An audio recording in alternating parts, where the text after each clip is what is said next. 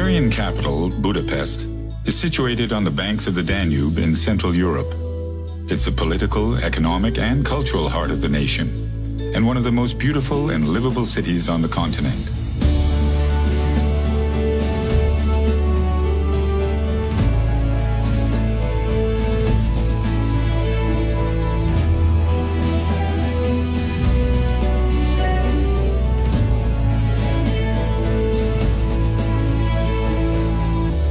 For centuries, this has been a tale of two cities. The city of Buda, rising from the steep western hills, and Pest, stretching away into the flat plains of the east. The Danube kept these two cities apart until 1873, when the first of Budapest's 7 bridges began stitching the two halves into one. This tale of two cities has been one of destruction and renewal too. Just as the Danube's waters have coursed through Budapest, so too have the great tides of European history, often gracefully, but sometimes with ferocious force. Budapest is a big city, and navigating its patchwork of districts can be as challenging as understanding its complex history. For a sweeping overview, head to the Citadella on the Buda side of the Danube, and take in the views from the 19th century ramparts on Gellert Hill. Just upriver from the Citadella is Budapest's oldest area, the Castle District, which is filled with medieval, Baroque, and 19th century buildings. Ride the 150-year-old funicular up Castle Hill to Buda Castle. First built in the 13th century, the castle has been home to Hungarian kings, a stronghold for Ottoman armies, and headquarters for an elite German commando unit. Over the last 700 years, the castle complex has been reduced to rubble by wars and rebuilt in peacetime many times over. At the northern end of Castle Hill rises the defiant spire of Matthias Church, which served as a mosque during the 150 years of Ottoman rule. Step from the church and onto the terraces of Fisherman's Bastion, whose 7 towers represent the 7 Magyar tribes who founded the Hungarian nation in the 9th century. In medieval times, fishwives peddled their wares here. Today, the fanciful terraces are yet another great place to catch views across the city. Once you've explored the heights of Castle Hill, stroll across another of Budapest's iconic landmarks to the Pest side of the city. Crossing the Danube wasn't always this easy. For centuries, travelers were at the mercy of the water's moods. In 1820, a young count vowed to create a bridge after winter ice flows prevented him from attending the funeral of his beloved father. 30 years on, the Széchenyi chain bridge was completed. Hailed at the time as one of the world's engineering wonders, the bridge was just one of many achievements which earned István Széchenyi the title of the greatest Hungarian.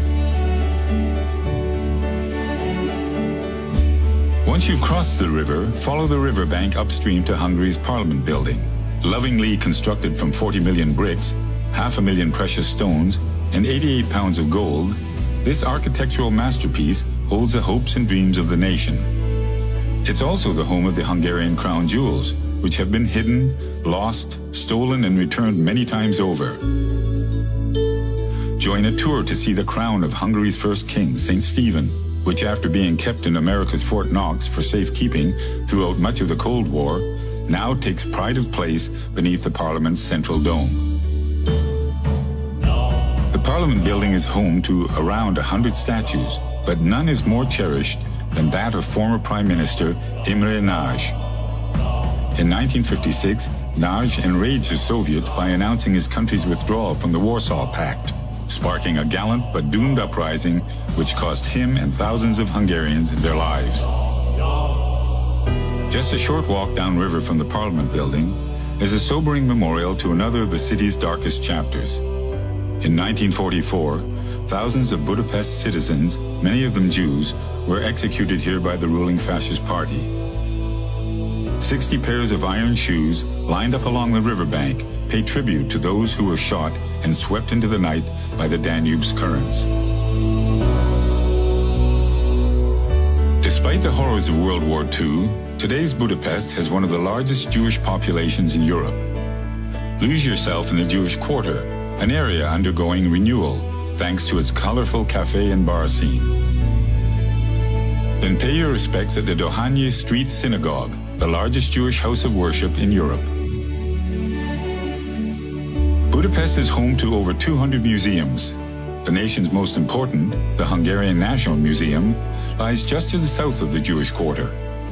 Here you can explore over 1,000 years of Hungarian history, from the days of the Magyars to the Stalinist era and beyond.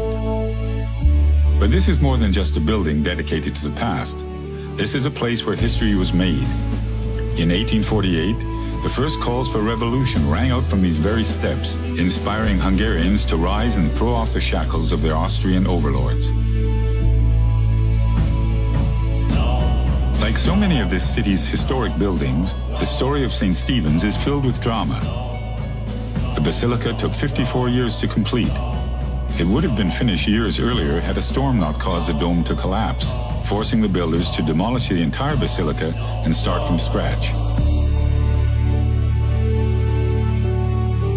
Thankfully, the new dome has held firm now for over a century, a reassuring thought as you take in the views from its top.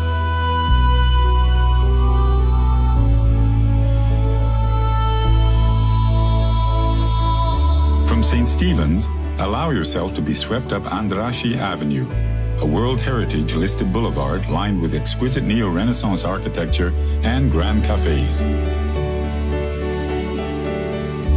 Not far from St. Stephen's is another temple, this one celebrating the European gods of music.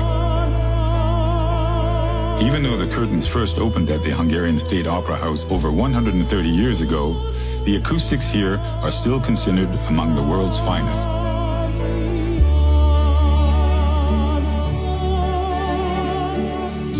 Andrássy Avenue continues to flow to the northeast through Franz Liszt Square, dedicated to the city's most revered musical son, before finally opening out onto Heroes Square.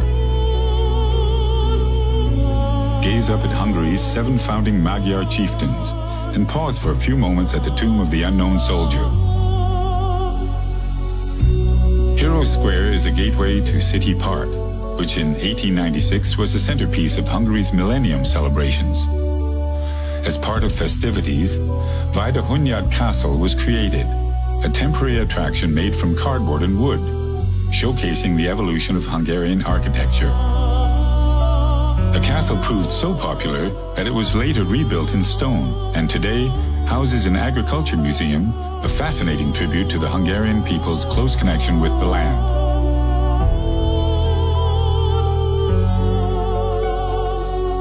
City Park is also the home of the Széchenyi Thermal Baths, a vast water palace of pools, saunas, steam cabins, and massage rooms.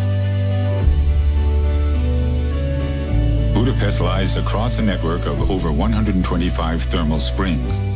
The Romans took advantage of these warm medicinal waters over 2,000 years ago, as did the Turks, who later built lavish bathhouses on the Buda side of the city at Gellért. By the 1930s, Budapest was known throughout the world as a city of spas. For many in Budapest, taking the waters is a weekly ritual. These are the places locals go to rejuvenate their bodies, spirits, and connections with loved ones and friends.